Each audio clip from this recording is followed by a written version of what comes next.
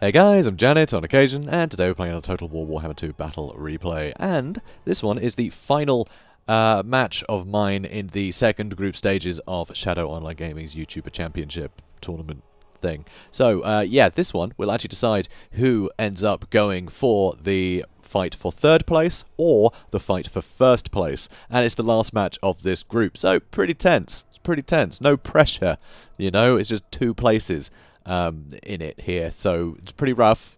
Hopefully it'll work. So I'm against Tomb Kings, I'm playing as Dark Elves, and I decided to basically just throw out my usual tactics. I love rush armies, you know, I love just getting on top of people, pressuring things, and I figured Zardar would know that.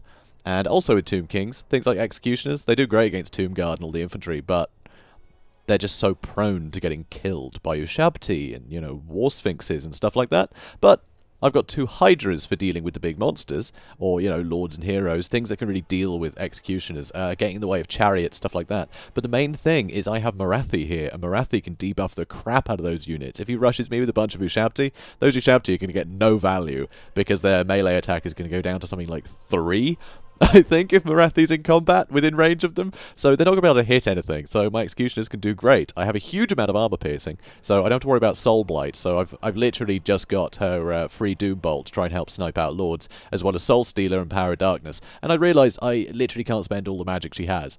I tested this build out against the AI just to see how the magic would go, and I was casting Soul Stealer over and over and over again. I kept having 30 wins of magic. The battle was always over, and I had plenty of magic left, so I thought, alright, I'll stretch it and get a Sorceress of Fire.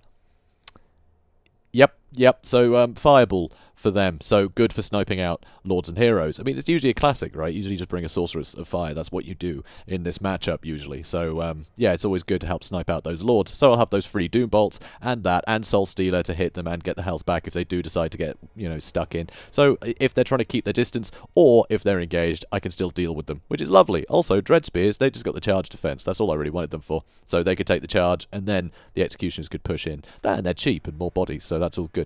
Also, I was thinking, yeah, if he's got archers, I'm dead. It's that simple. If he has archers, I'm dead. They'll just kill the Hydras and just shoot the snot out of me. This has to sit here and fight. I can't do that. So, way in the corner, I have some Dark Riders, which I don't think I moved the entire battle, because he doesn't have any archers. So I completely forgot about him. They weren't a priority anymore. Over here, though, you can see I'm going to be starting to shoot fireballs at Arcan the Black. Zardar has Arcan the Black, and so he's got Fate of Buna and Spirit Leech. Fate of Buna will obviously be great against Hargneth Executioners, but he can only really hit one of them. You know, it's a very expensive spell. So here, I'm trying to get that breath attack, because it is fire damage, and that will help against him. But it looks like he's actually managed to avoid basically all of that, which is very upsetting for me. That's not good. I don't like it. But anyway, the rest of his front line, he's got a load of Tomb Guard and Skeleton, you know, Spearmen, all that kind of stuff.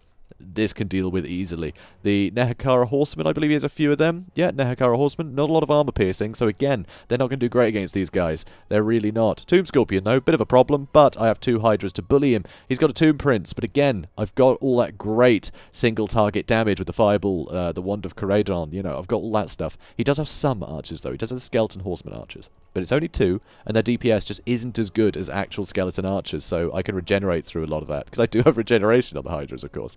So he does have a couple Ushabti, but again, I can get that melee attack down so low that it should really help. So, speeding things up. See, a tasty Fireball on Arcan the Black really makes up for the shortfall. And by the way, that's not even Overcast. That's just a single Fireball will do that much damage against Arcan the Black. He takes mad damage from that. I think a lot of it is weirdly because he's on a chariot. He seems to take less damage when he's not, but when he's on a chariot, the Fireball seems to hit him a couple of times. Here, another breath attack, getting a great hit. So Arcan is already in mad trouble right now. So over here, he did summon some skeletons, but it's just holding me up a little bit, and it's allowing me to get my Hydras involved. So Spirit Leech on the Hydra, and consistent arrow fire. It is going to whittle him down a bit. It is going to whittle him down, but right now, he's not sure where to commit, because there's no target that he can really commit to. So he's just got to hope he can push through. And also, Morathi is in combat right now, I believe. Is she? I think she might be. Hard to tell. Stay on the... I can't stay on the person. Alright, let's look at these Ushabti. Ushabti... Okay, still 23 melee attack. I guess Morathi isn't in range of them right now. 26 melee attack for them, so I'm debuffing stuff as I go. But right now you can see the Ushabti have taken a lot more damage than they should have, and the Hydras are coming back in for them. Here, though, is that Fate of Buna, and that's going to hurt like hell.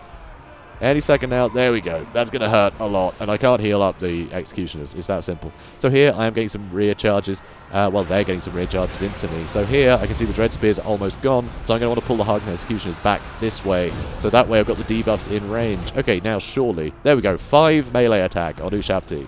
I'm laughing. Sure, he's got the anti-infantry bonus, but it's still not great, is it? I mean, Executioners have got only 34 melee defense, which isn't the best, but that's why they usually just get rolled over, you know? So over here, Wand of Kraydon coming in for Arcan the Black, and he doesn't really have the best magic resistance, so he's going to get hit pretty hard by that. In fact, he has no magic resistance. I mean, yeah, that's why spells are so good, especially Fireball. And over here, now a Soul Stealer. And come on, trigger faster! Yes, I just hit the Tomb Prince as well. Excellent. So yeah, Soul Stealer, I always say this, it is a sticky spell. It doesn't matter if you run away, as long as you're in that ring when it triggers, anything within that circle when it triggers will get hit. Anything can then run into the circle, and it won't get affected by it, you know, just because the circle's there. But yeah, so I did hit both those units, and now a single Fireball coming from this blob. Never see it coming, and Arcan's down to 109 health, and Critical Binding, and Crumbling. So that's Arcan dealt with, but I'm suffering a lot of losses here. You can see this blob is getting smaller and smaller right now. One of these Hydras is very injured. The other one is taking some damage too. Arcan crumbles to death. And obviously the one that got Fated Unit, the Hardened Executioners over there, are getting run down by Nehekara Horsemen. Did get some Dread Spears back. But yeah, certainly the edges are being thinned out here. Another unit of Executioners got dealt with on the side that I didn't have my Hydras on. I had the Hydras over here fighting Ushabti, if you recall, not on the other side. So that unit was dealt with. I did pull it back in, but it got rear charged and all sorts, so it did get whittled down. And right now my Hydras are struggling, but Morathi is still in great shape, and so is the Sorceress of Fire. But look at this. This is bad. Oh no! Oh no! Hydra!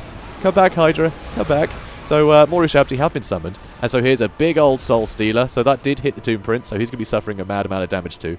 And yeah, as you can see, already starting to break there, which is really nice. So here you can see the Tomb Prince is actually crumbling right now. Still some health, and I don't really want him chasing the Hydra down, so I'm going to Fireball him. And I got him, but sadly I hit the Hydra as well. Oops. Oopsie daisy, but he's got plenty of room left to run away. And yeah, another one takes his place. So he's back, and he can now turn around and deal with the Nehekara Horsemen. Awesome. These guys are returning, and as you can see, a ton of units are crumbling. Leadership is gone completely. You know, the Tomb Prince and Arcan all dead. So here, Nehekara Horsemen starting to crumble over there. Because, yeah, they couldn't catch up into him in time. If they'd caught him before he'd rallied, they could have escorted him off the battlefield. But this case, it didn't happen. So now I'm turning around, getting a breath attack. Because it's rare that I'm able to get breath attacks in a blob like this. But there we go, there's another breath attack. Did some damage to the Tomb Scorpion. Did hit the Nehekara Horseman a bit too. And now I'm going to start fighting the Tomb Scorpion. So over here, Morathi and the Sorceress both still in great shape. I'm honestly not sure how the Sorceress has managed to stay such high health. I really don't know how she's managed it. But that's it. Army losses, everything's crumbling, and I didn't lose my Hydra. I didn't lose my Hydra. Ah, beautiful. Oh yeah, and that cav is still over here. Where are they? They're over here somewhere. Oh, was that them?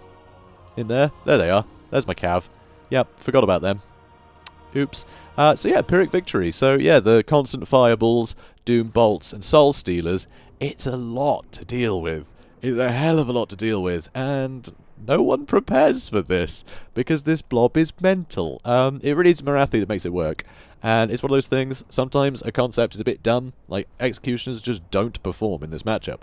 But if you bring a ton of them, you're gonna do great! So this seems to be a trend that I've been doing lately, isn't it? Just, something seems like a bad idea, so you just go all in, because they never prepare for a bad idea, and that's basically what's happened here.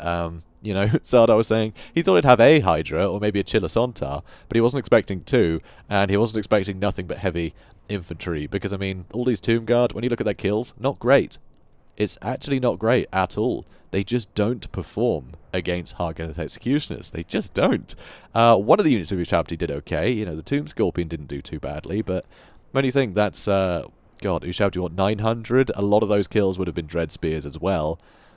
And, yeah, 450 for Dread Spears. I mean, these guys didn't get the kills that you really need to get the value out of these Hardened Executioners. They just didn't get enough kills to get the value there. You can see none of these performed all that well against Executioners, because usually you can just flatten a unit or two of Executioners. People don't go in with this much. Like, this is such a tiny army. But I managed to eke out what value I could. You know, the fact I had Marathi on foot, because I wanted to make sure she was in combat the entire time. I knew she had enough of a bodyguard that if anyone did try and goon her, she'd be able to escape, and then use a Soul Stealer on whatever was gooning, you know? So I had all this insurance that was sort of overlapping, you know, all this overlapping insurance against different attacks. And it worked. As you can see, it worked. But if Zardar had gone with a big line of, you know, the, what do they call, the Blessed Legion of Fucks, and a few Skeleton Archers, I don't think I would have been able to stop him. I mean, I did have that one bit of insurance, the Dark Riders, which, you know, might take out a unit or two, at least disrupt the back line a bit, you know, force him to pull units out of the front line to deal with that. You know, that was my insurance there, in case he had the archers. But if he'd got all in with that, I'm not sure I would have been able to stop him.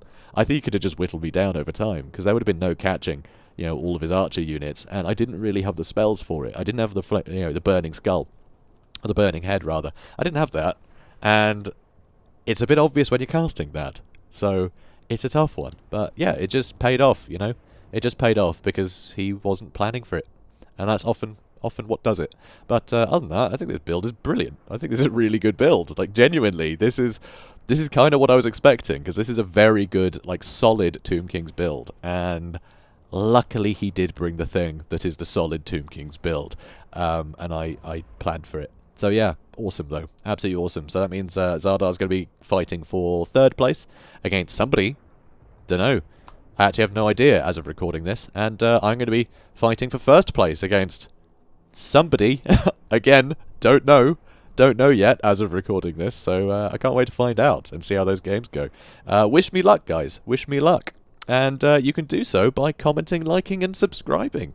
Yeah, see? Great little segue to plug stuff. Oh, while you're at it, click the bell. Yeah, that's a great way. Then you won't miss the finals. Yeah, see? Nailing it. So, guys, if you enjoyed this, please do comment, like, subscribe, and I'll see you in the next one. Have a good day, guys.